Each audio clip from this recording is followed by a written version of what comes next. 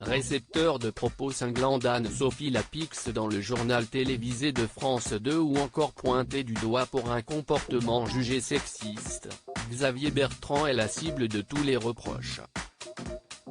Critiques pouvant le toucher.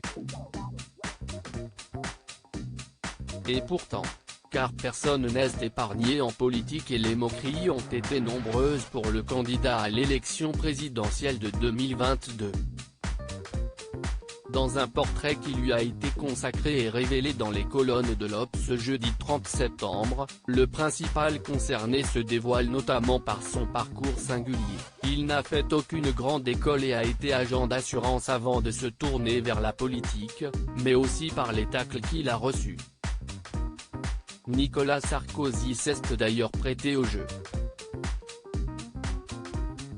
En 2004, l'ex-président de la République, récemment condamné une seconde fois dans le cadre de l'affaire Big Malion, n'était encore que ministre, sous le deuxième mandat de Jacques Chirac.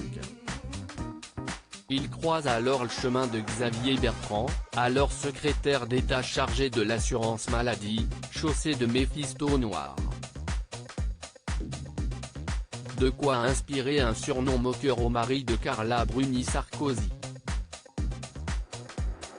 Il s'est donné à cœur joie de le partager avec d'autres membres des hautes sphères du pouvoir de l'époque.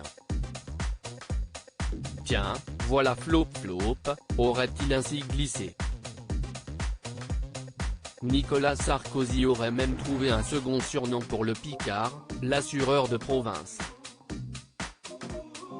Nicolas Sarkozy, Xavier est un ami pourtant, au fil des années, il aurait renoncé à faire de Xavier Bertrand le sujet de ses plaisanteries. Le 22 septembre 2021, les deux hommes se sont de nouveau croisés à Calais, alors que l'ancien chef de l'État remettait les insignes de chevalier de Légion d'honneur à la maire de la ville, Natacha Bouchart.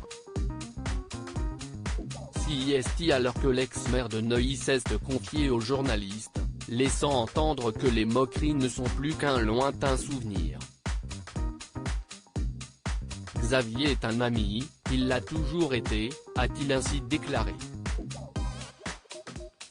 Et si Nicolas Sarkozy est loin de faire du président des Hauts-de-France sa tête de Turc, il ne serait certainement pas de même pour Laurent Wauquiez, qui lui vouerait une véritable hostilité.